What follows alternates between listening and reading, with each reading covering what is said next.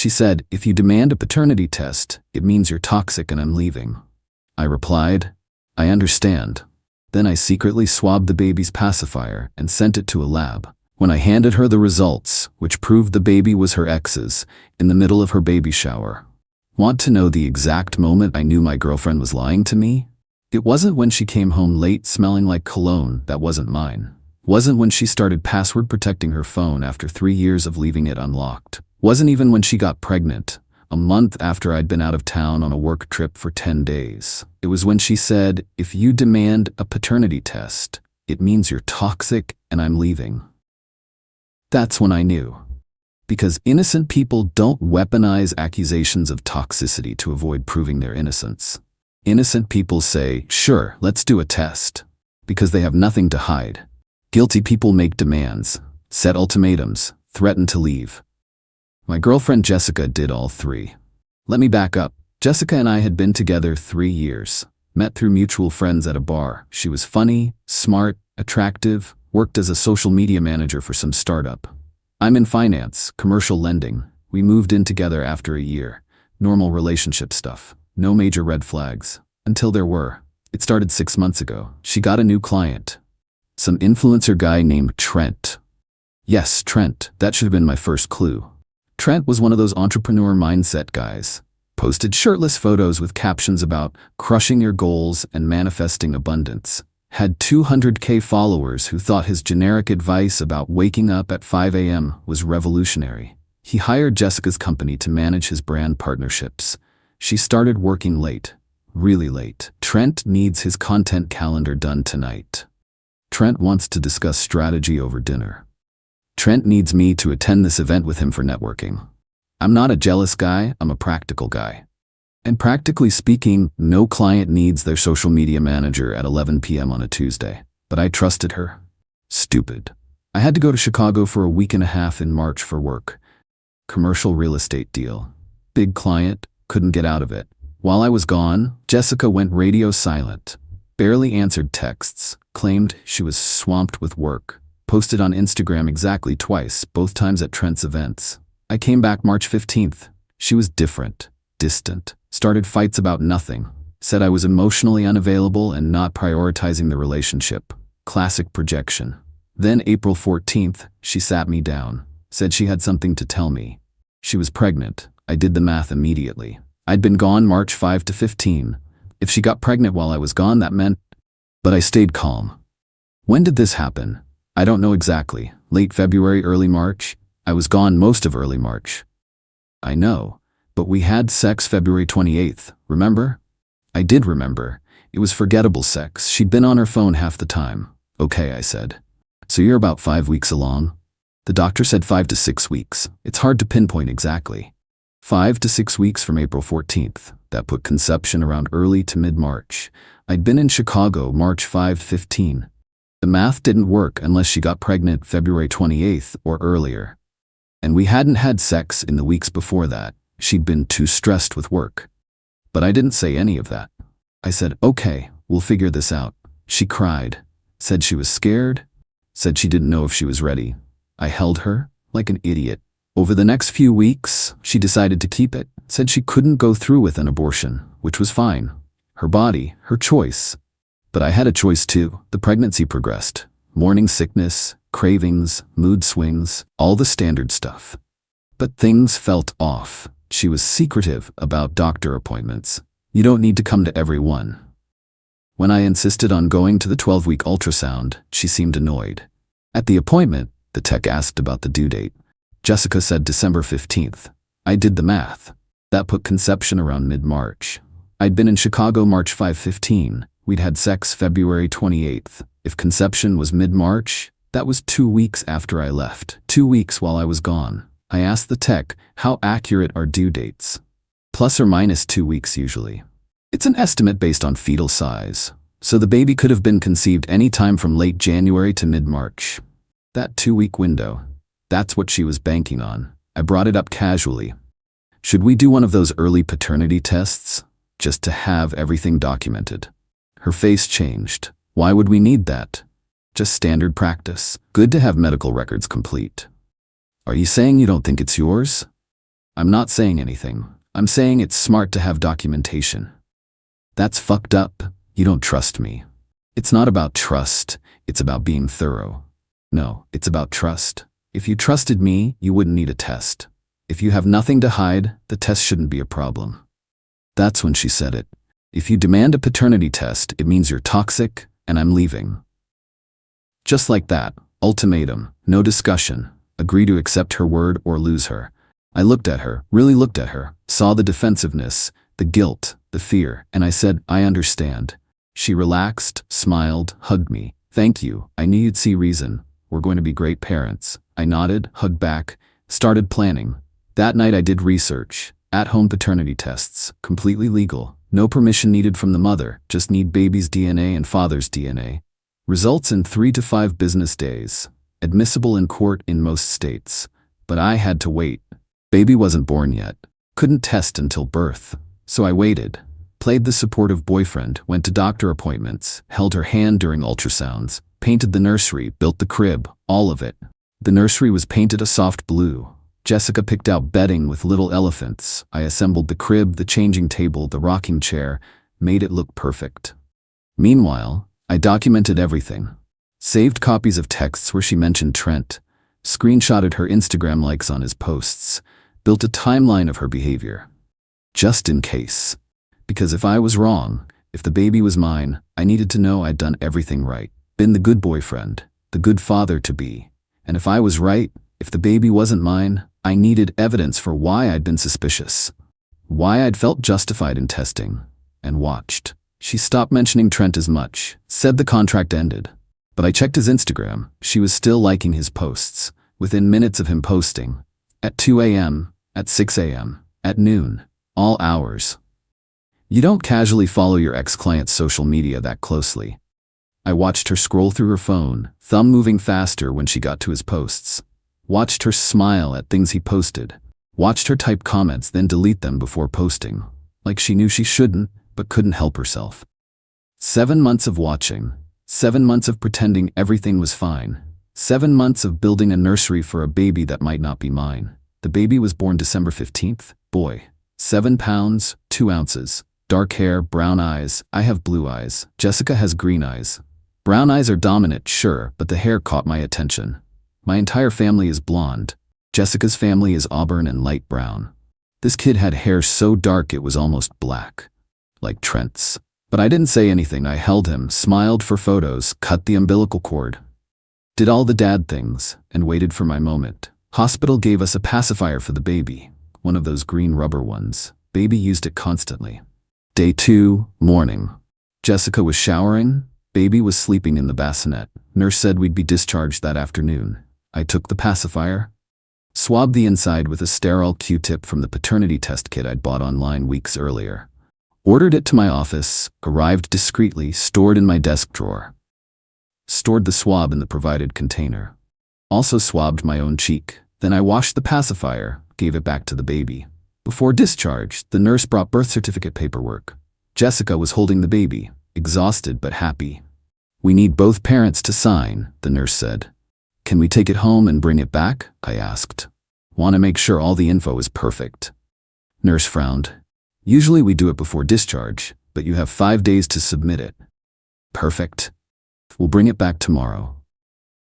We were discharged at 3 p.m. I told Jessica I'd go get the car. Instead, I went to the hospital parking lot, found a FedEx drop box 2 blocks away, mailed the kit overnight. We didn't file the birth certificate. I kept making excuses. Let's wait until you're feeling better. Want to make sure the name is right. I'll drop it off this week. Week turned into 2 weeks. Jessica mentioned it once. Did you ever file the birth certificate? I'll handle it this week. Don't worry about it. She was too overwhelmed with the baby to push, and I kept delaying. By the time the test results came back, it still wasn't filed. No legal obligation, no paternity established, clean slate. Results came in 5 business days. I had them sent to my work address. December 27th, I opened the envelope in my office. Probability of paternity, 0.00%. Excluded. I wasn't the father. I stared at that paper for 20 minutes, let it sink in. Then I started planning. Jessica had already started planning a baby shower. Late, I know, usually you do it before the baby's born. But she'd been too stressed to plan it earlier, so her mom was throwing one now. More of a welcome baby party. January 5th, 1 week away. Those 1 week, I played the perfect boyfriend. Supportive, attentive, helpful. Jessica's mom asked me to help finalize the guest list. I made sure everyone important was confirmed. Both families, all her friends, all my friends, her coworkers, my coworkers. The bigger the audience, the better. She asked if I wanted to help pick decorations. Whatever you think is best, I said. She went with classic baby blue. Balloons, banners, table centerpieces with little teddy bears. Her mom had rented a venue, country club event space. Nice place, expensive. She was really going all out. Guest count 60 people confirmed. Maybe more with plus ones. Registry at Target and Amazon. Gifts rolling in daily. Jessica would squeal every time a package arrived. Look, someone got us the diaper genie. Us. Always us. Like I was going to be changing diapers. I smiled, nodded, helped her organize the nursery, and I planned. The thank you cards were my idea. We should have nice ones printed, I told Jessica. Something people can keep. That's sweet, she said. But I'm so overwhelmed. Can you handle it? Of course. Perfect. I told Jessica I'd take care of printing the thank you cards for the shower. She was grateful, said she was too overwhelmed with breastfeeding and sleep deprivation. I designed the cards myself. Simple, elegant. Front said, "Thank you for celebrating with us." Inside was blank. I told her we'd handwrite personal notes after the party. But I printed an extra batch, different inside text. The morning of January 5th, Jessica was excited. Hair done, makeup perfect, new dress that probably cost $300. She looked happy. I felt nothing. We got to the venue, a country club event space Jessica's mom had booked, decorated with blue balloons, "It's a boy" banners, photos of the baby everywhere. People arrived, gifts piled up, everyone cooing over the baby. Jessica's mom making speeches about becoming a grandmother. My mom holding the baby, crying with joy. I watched it all, waiting. The party had a schedule. Noon, arrival and mingling. 1 p.m. lunch, 2 p.m. games, 3 p.m. gift opening, 4 p.m. cake and departure. At 2:45 p.m. during the games I excused myself, went to my car, got the envelope, the paternity test results and the stack of special thank you cards I'd printed. Came back inside. At 3 p.m., Jessica's mom announced gift opening. Jessica sat in the designated chair, baby in a bassinet next to her. Everyone gathered around. She opened gifts, blankets, clothes, toys, books, standard baby shower stuff. Everyone clapping, taking photos. I waited until she was almost done. Then I stood up. "Before we finish," I said, "I have something." Jessica looked at me, smiled. "Aw, babe, you didn't have to get me anything else." "I didn't. This is just something we need to share with everyone." Her smile faltered. "What?" I pulled out the envelope. When the baby was born, I did what any responsible father would do. I made sure all the medical documentation was complete and accurate. Her face went white. "So I had a paternity test done." The room went silent. Jessica stood up. "What are you talking about?" "I'm talking about this." I pulled out the results, held them up. DNA paternity test. Lab received December 18th. Results received December 27th. "You did a paternity test without telling me?" "I did. Want to know what it says?" "This is insane. You're embarrassing me in front of everyone." "I'm embarrassing you? That's interesting." I looked around the room. Everyone here came to celebrate the birth of our son. My son, except there's a problem. I held up the paper. "He's not my son." Gasps, literal gasps from the crowd. Jessica's face went from white to red. "That's not true. You're lying."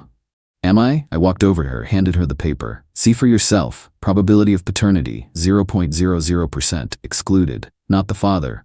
She stared at it, hand shaking. Her mom rushed over. "What is this? What's going on? Your daughter cheated on me, got pregnant with someone else's baby, and has been letting me think it's mine for 7 months. Jessica started crying. This isn't real. These tests can be wrong." "They can be, with a 0.01% margin of error. This one says 0.00% chance. That's not wrong. That's definitive."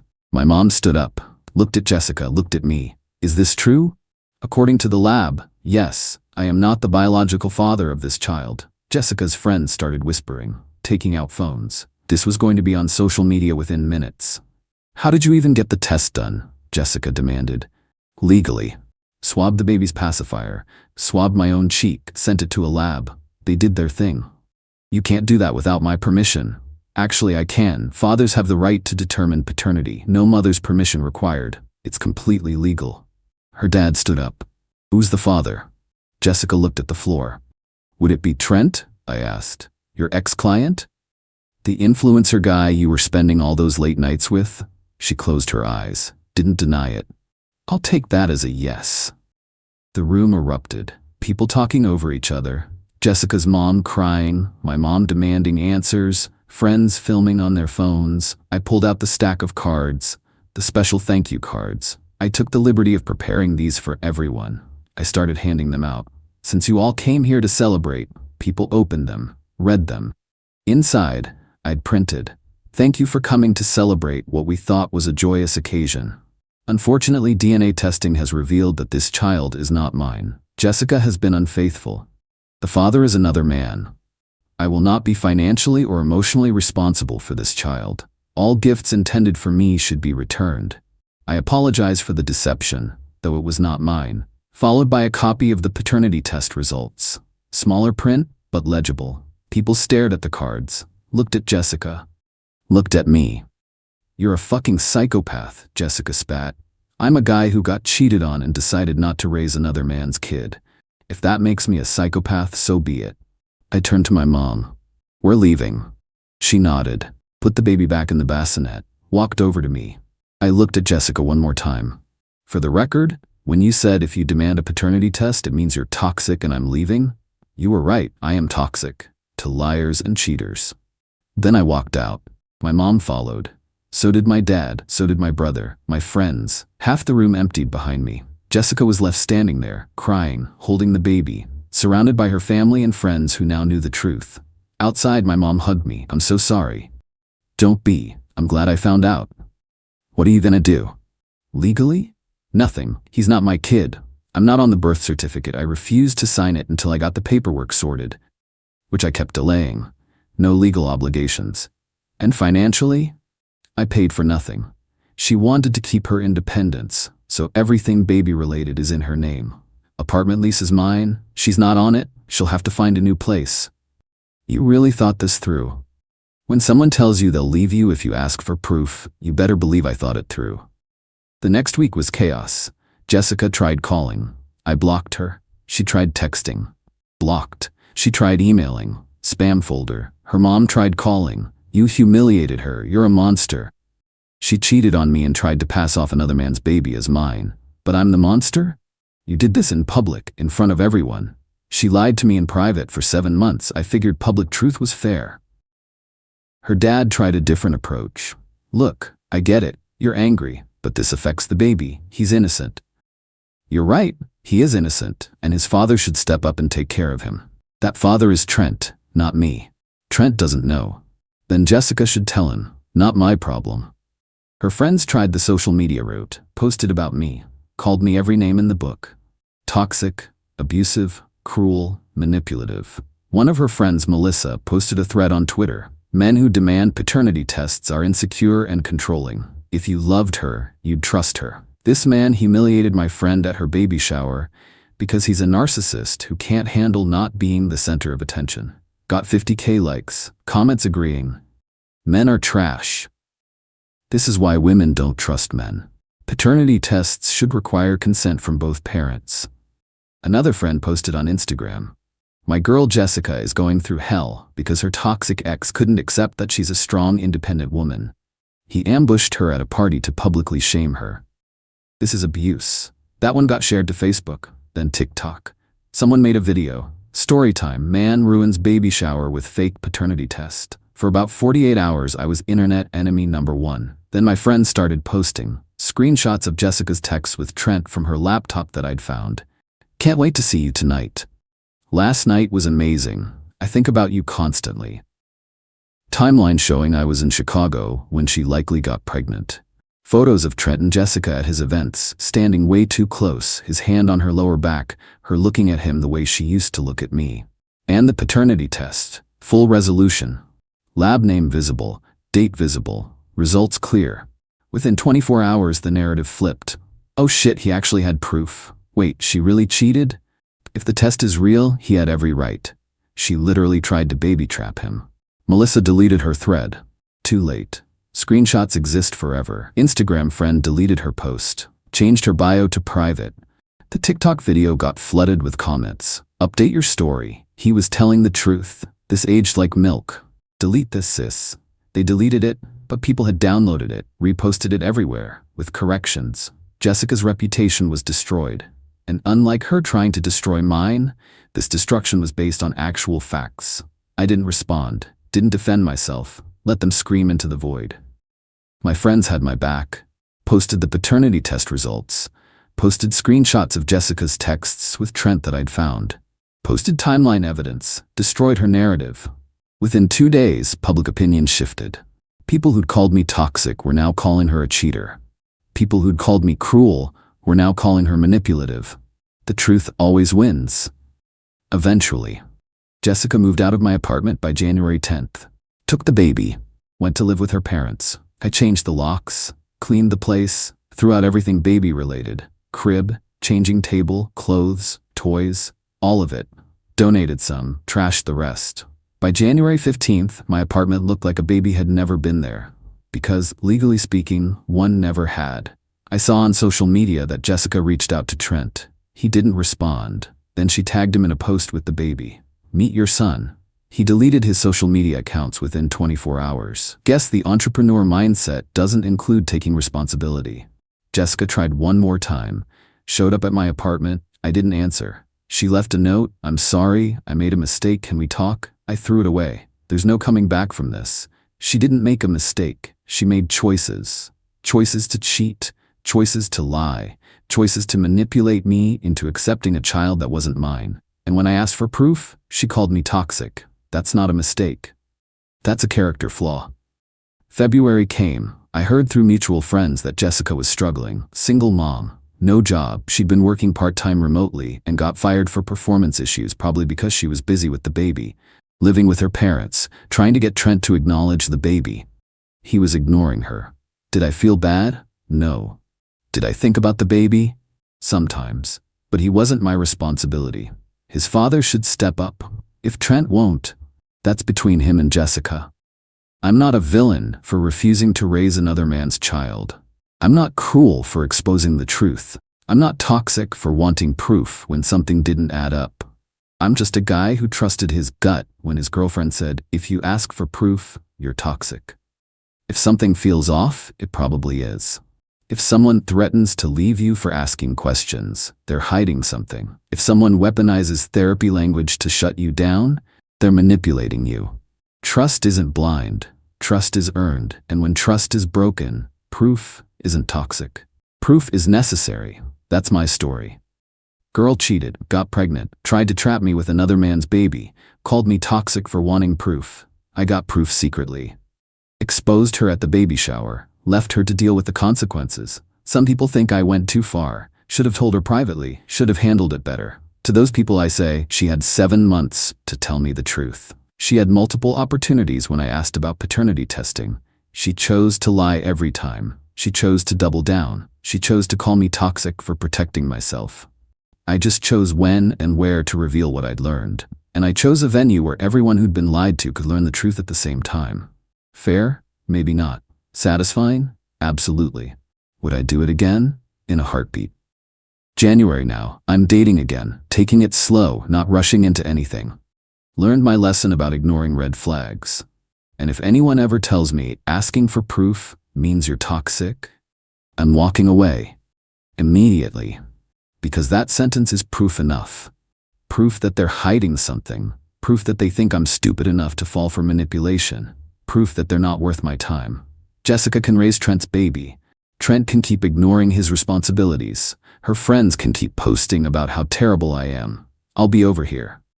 Living my life, free from lies, free from manipulation, free from raising someone else's kid, and sleeping just fine at night.